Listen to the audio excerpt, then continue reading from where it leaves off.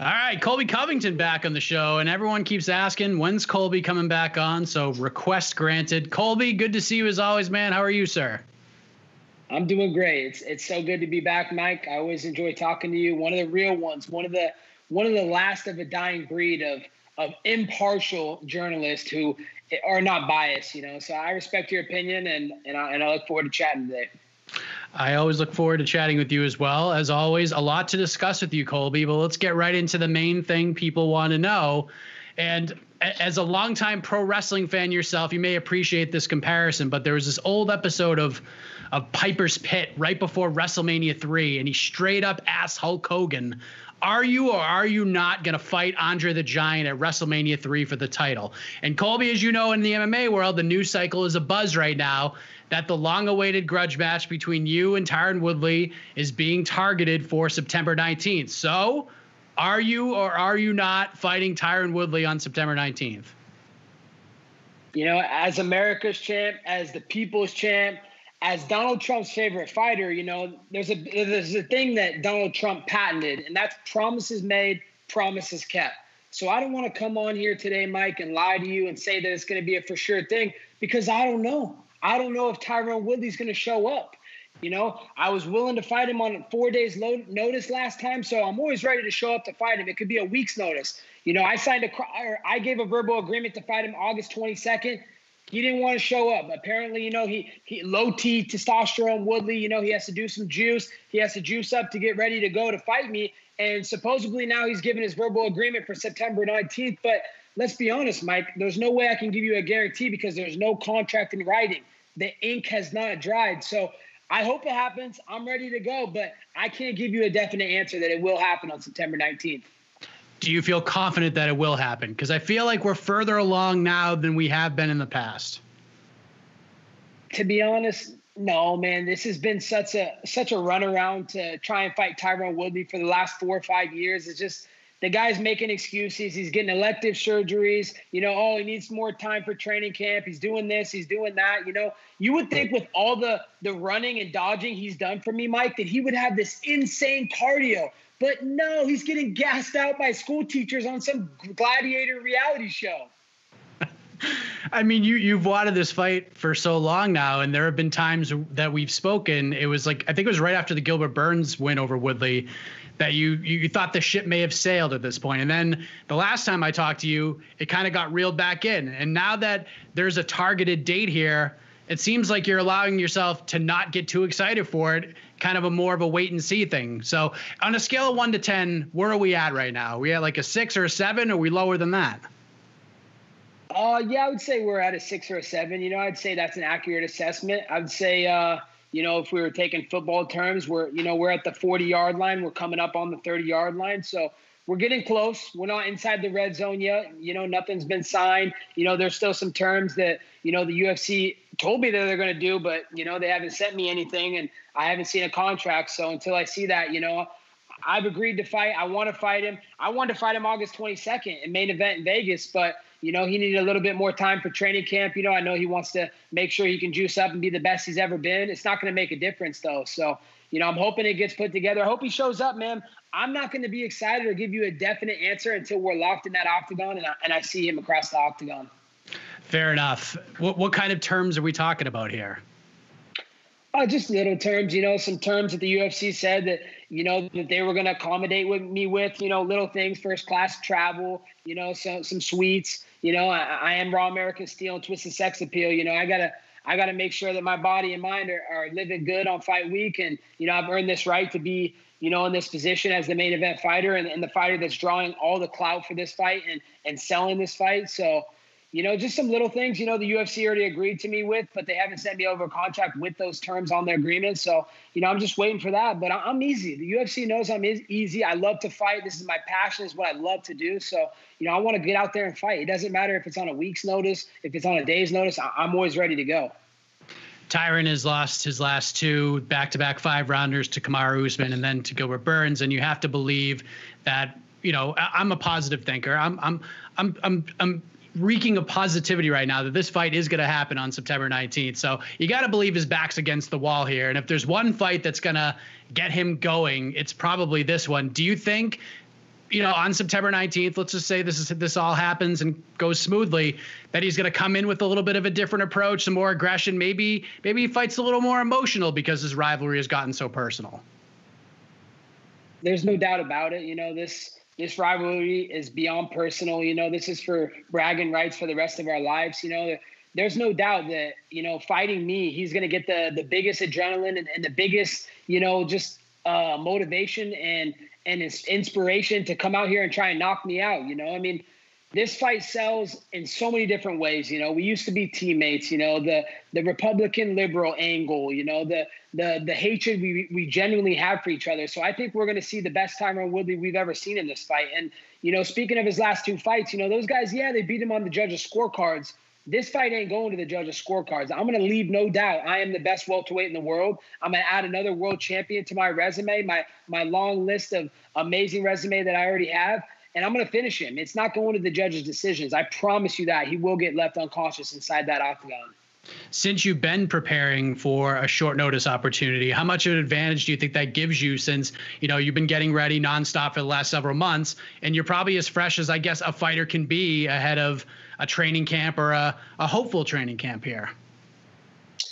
Yeah, it doesn't, Mike, because, on the same token, I was preparing so hard in training camp to fill in for the Marty Fake Newsman fight in case something went wrong there. And, I put my body through the grind. And so I've kind of had to pull back these last couple of weeks, hey, Colby, take it easy. You went 2-3 days every single day for 8 weeks training for that world title fight, and it didn't come to fruition. So, now it's time to take a little step back, give your body and mind a little break, a little relax, and then we'll get back to hard training. So, it's just understanding the process and understanding your body and just being very intelligent with your body. Some guys, they just run it to the ground and they don't understand that, you're not going to get a lot out of your body if you just continuously run it into the ground every day. You need to have off days. You need to have days where you just kind of let loose and you're just free. So I've just kind of taken a step back the last couple of days and just kind of relaxed. And as soon as this fight gets locked and sealed, I'll be back in training camp again.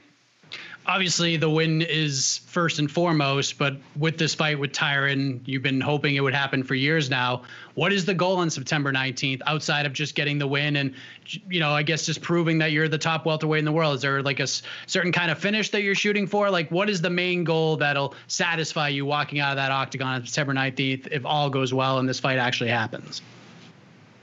If Tyron Woodley does not leave the octagon on September 19th live on ESPN on a stretcher, then I didn't do my job, Mike. Fair enough. We saw Gilbert Burns become the #1 contender after he beat Woodley. If you're able to do exactly that and send Tyron out on a stretcher, does that put you in the position to fight the winner of Usman versus Burns? Is there a chance that you would jump the queue here? Is that possible? I think the fight's going to speak for itself. I think that the fans are going to speak up and they're going to realize the way I finish Tyron Woodley and the way I leave him motionless inside that octagon, there will be no doubt who the best fighter in the world is. Those guys, they beat him in decisions, but none of them finished Tyron Woodley. I go out there and finish Tyron Woodley. I cement myself as the best welterweight in the world, and I cement myself for the next welterweight title shot. No ifs, ands, or buts. Will the beef ever be squashed between the two of you guys? If you guys go in there and have a battle, you finish the man, is it over? Or is it just going to continue on for forever and ever here? No, this is a real beef, Mike. This isn't some manufactured beef like Marty Fake Newsman and Street Judas Masvidal tried to do, where they're hugging at the end of the fight. Oh, bro, I love you. Good job. We made some money and we duped the fans and we tricked them all. This ain't that. Me and Tyron Woodley genuinely hate each other and we want to kill each other. And that's what's going to be inside the octagon. And when the business is finished, I got nothing to say to him. The only thing I'll probably say to him is, I hope your mom's not watching. Mama Woodley, don't watch this fight. You don't want to see your son go unconscious in that octagon September 19th. But let me give you one thing, Tyron, because I know you're sponsored by that whack other energy drink. Here's my last piece of friendly advice for you. Get some Bang Energy. Stop putting that voodoo, that garbage in your body that you're getting. I'm not even going to say the whack-ass sponsor that you do for the energy drink. You need to get with the best. You need to get with Bang Energy. What you put in is what you get out. If you want to be the best like me, put in Bang Energy. Take that sip, man. With the COVID restrictions, international travel is much harder to come by. And So seeing your old friend Mark Goddard as the third man in the cage would be very unlikely, I would guess. Who knows how things will look in a month, but as part of like the perks that you're looking for in this contract, is that Mark not be anywhere near this fight since you've had your issues with him coming out of the Usman fight?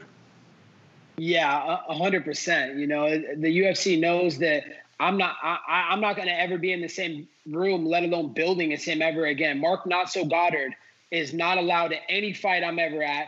He can stay home in England, you know, at that anti-Brexit piece of shit. No more fucking me over, dude, man. And no one can say anything because he's so inconsistent with his calls. He calls the early stoppage on me. The next week he lets Frankie Edgar die. The other week he's taking away 3 points. The next week he's letting another guy die. And then the next week he's just so inconsistent. He's not a real ref. He's an impartial ref. He's a ref that's getting paid off to you know, take fights, you know, to pretty much, you know, let guys cheat. And it's not right. It's corrupt. And, you know, if I see that guy, I promise you, Mike, I'm not going to be able to hold back. You know, I'll probably end up in jail, and, you know, it'll be worth it just to put a mark on that dude's face. Speaking of Usman, you came on the show after the fight with Jorge Masvidal was made official, and you said, bet Kamaru Usman, bet the house on him. It's the easiest money you'll ever make. Was this the easiest money you ever made? Did you make some money off Kamaru Usman? Yeah, I made $10,000, the easiest $10,000 I've ever made, you know, and I try to tell the people, I gave them the warning, you know, I told them what was going to happen and how it was going to happen. That's exactly what happened. He exposed the journeyman, you know, the street Judas, Jorge Masvidal, you know, he's all hype. He was just lightning and thunder. And then, you know, I called it exactly what he was going to say. His excuse was already built in. Oh, I only had 6 days notice. Oh, I had to cut 20 pounds. Dude, you don't cut 20 pounds. You came up from lightweight, dude. You probably weigh 180 soaking wet, dude. That's an easy cut. And guess what, George? You didn't come in on a week's notice because Dustin Poirier, your training partner, is the one that exposed you in front of the whole world. Dustin came out in an interview the week of the fight, said, oh, George was in training camp for me versus Hooker the whole time. He's been training the last 3 months like he had a crystal ball, like he knew the fight was going to happen. So there's no excuses, man. That fight plays out 10 times out of 10 the same exact way that it did. It would be an ultimate footsie championship, and that's what the UFC stand for that night in that fight. It'd be an ultimate hugging match. They're kissing each other, yelling sweet nothing in each other's ears. It was a joke. I feel bad for the people that paid their hard-earned money to watch that. That's not fighting. Did you actually watch the fight? Because you said you weren't going to, but did you give it a look on that night? Nah, I was too busy, you know, working on my bedroom cardio. You know, I had a couple Miami Mamacitas in the building. So, you know, we were doing better things, man. That doesn't entertain me to watch, you know, other guys fight. That's just boring to me. You know, I could care less. So, you know, I'm out enjoying my life and living the American dream every single day with all my South Beach Mamacitas. Regardless of, you know, what you say about Masvidal, that he's thunder and lightning and such, he's still a star right now. People are paying to watch him compete. So if they give him another title shot, full camp, no short notice, you know, all that stuff, how would you react if he got another title shot before you got yours?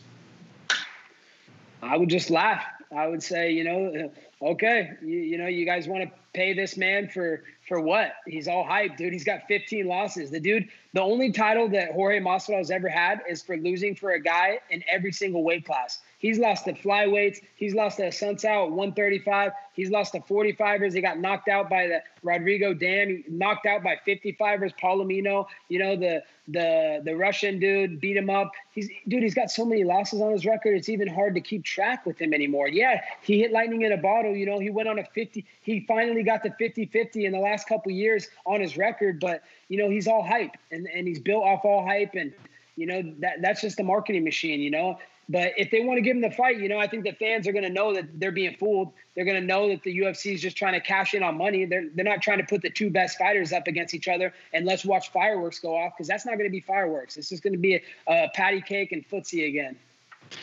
If the UFC kind of goes with the plan here and moves forward with Usman versus Burns, how do you see that one playing out? You know, I don't even know who that Dilbert guy is. I've never heard of Dilbert. I don't know what a Dilbert is. You know, Marty Fake Newsman, who knows what that guy's doing? Who knows if he ever comes back to fight? You know, he might have just had that cash grab against the hype machine, Street Judas Masvidal, and he's sailing for the seas, man. He's got nothing else less to do in this sport. So who knows if he comes back? He's already making excuses. Oh, I got to take my daughter. I'm going to be out for this long, and I don't want to fight. So, I don't know. I could care less what happens in that fight. I'm just focused on my fights and giving the people what they want. They want entertainment. They want action, and they want real fights. They don't want footsie. So that's why I'm here to save the day and make UFC and the welterweight division great again. How's Colby Covington Inc. going right now? Are we getting closer to unveiling more information on that?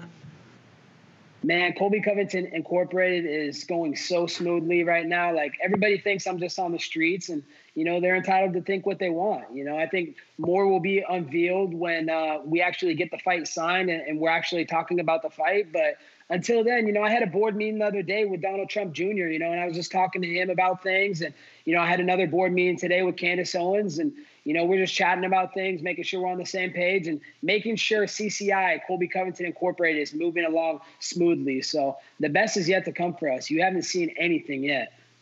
Oh yeah, didn't you do like a live chat thing with one of the Trumps? Was it Donald Jr. or was it Eric? I wasn't really sure. It's probably like 3 weeks, a month ago, maybe. Am I imagining that? No, you're imagining that accurately. We had, me and Donald Trump Jr. had a little chat about 2 or 2.5 weeks ago on his podcast Triggered. Got about 5 million views. It's a big platform, and it's always cool to just catch up with Don and just hear from him, and all the just fake news and all the swamp that he has to navigate, man. I really feel for him and his family, and I can't thank the Trump family enough for what they do for America. They're fighting back, man. They're fighting for the American people, and people don't realize that, man. China's trying to overtake America and the liberals right now, and nobody's seeing that, man. They're just reading what they see on the internet and what they see on the news, and they just believe it, without thinking for themselves. So I wish people would just wake up and have an opinion and think for themselves for once. Have you chatted with Dan Lambert recently at all? No, I haven't had any communication with Dan. Still got tons of respect for him, tons of love. He's still a mentor to me, still a good friend to me. I'll cherish the memories we had together for the rest of my life. And, I'm sure we'll have a chat again soon, and, we'll catch up. Who knows? We might be in WWE one day together, and, that'll be that. But, there's no hard feelings. There's no bad blood. It's nothing but love for Dan Lambert. I know you don't watch a ton of fights. You like to bet on some fights, make a couple bucks. You said you have other things to do behind closed doors, but Stipe versus DC3 is coming up on Saturday. Final fight of Daniel Cormier's illustrious career. Does this fight interest you at all on Saturday night? Yeah, it definitely interests me, but interesting me and getting me to watch it are two different things. I won't be watching it. I got better things to do. I'm going to enjoy my weekend of freedom here in America, the freest country of all, because of the brave, all our servicemen out there. Thank you to every service member out there that puts their life on the line. War, there's no holidays for war. War is year round, man. It's a 24/7 thing. And these guys are protecting our rights, our constitutional rights that we have in America. They're protecting them every day. And, those guys don't get enough credit. But, back to the fight, I got a lot of admiration and respect for Daniel Cormier. He's a legend of a career. I made an Instagram post about him a year or two ago, calling him the Natty Goat. And I really do feel like he is the Natty Goat. And by that, I mean natty as in natural. He's the natural greatest of all time. You see all these other guys that they try and compare as the GOATs. Yeah, these are all guys that did steroids. So let's talk about natural. And that's what Daniel is. He's the embodiment of just a good person and a good soul. And, I wish him well this weekend. Stipe's another, great person too. He's a firefighter. He's a first responder. So I got to give a lot of love to him and what he does for the people of his city and around the world. So, I wish those guys the best. It's tough to really pick a fight or pick a winner because they're both pretty good guys. But, if I had to pick a winner, I'd probably go with DC. Yeah, the smaller octagon, all things involved. Last fight, I'm a storyline guy. You're a pro wrestling guy yourself, so storylines are huge. So as far as you go, verbals are in place for September 19th. Nothing has been signed yet. We're still awaiting on that. You know me, Colby. I'm a believer that anybody could be watching at any time. What's the message for Tyron Woodley here? Show up, man. We know you're clout chasing on the internet right now. We know you're looking for a couple likes, a couple extra followers because your career is about to be dead after you meet up with me. So show up, man. You were supposed to show up August 22nd. You didn't want to do that. You needed a little more time. September 19th, you've called your shot. Come get it, boy. It's been long brewing for many, many years. Come see me, motherfucker. We're going to find out who the best is. And after I get done with you, you're not going to be recognizable to your family. And we know you're just showing up for that paycheck to pay all those mouths you got to feed, because we know you got kids with multiple wives and multiple women. So, show up. Last thing before I let you go, probably like an hour and a half, maybe 2 hours before we hit record here, Joe Biden selected Kamala Harris as his running mate to go against Donald Trump. What do you make of this move? And did you see this? Of course, Joe Biden had to get someone that was black, because, he's not going to get the black vote, because and to quote, this is quoting Joe Biden, "You're not black if you vote for President Trump." That's exactly what he said. So, he killed the black vote. He's not going to get the black vote. And he's racist. He's blatantly racist. He said multiple times in interviews, "Oh, the black," he was talking the other day about, "Oh, the blacks and this and that. They're not anything like the Spanish," or something like that. And it's just like, dude, you shoot yourself in the foot every time you talk. Everybody knows Joe Biden's a puppet. He's a puppet for all the big tech companies, all the liberal people in Hollywood, all the people that are controlling him, But, you can control him all you want, but America sees the truth. They sees the truth that Joe Biden's stuck in his basement. He won't come out and give an answer or do interviews like with a guy like you or anybody, because, he doesn't have a teleprompter, and they're not going to be answers that, he already has up on the board that he can look at. So, Joe Biden's going to get exposed in the election. And yeah, they're trying to keep the economy down right now, and they're trying to do this fake pandemic with this BS coronavirus stuff. And they're just doing that. It's just a hit at Donald Trump, and people don't even see that. They can't open up their eyes. What's different from coronavirus versus the regular flu?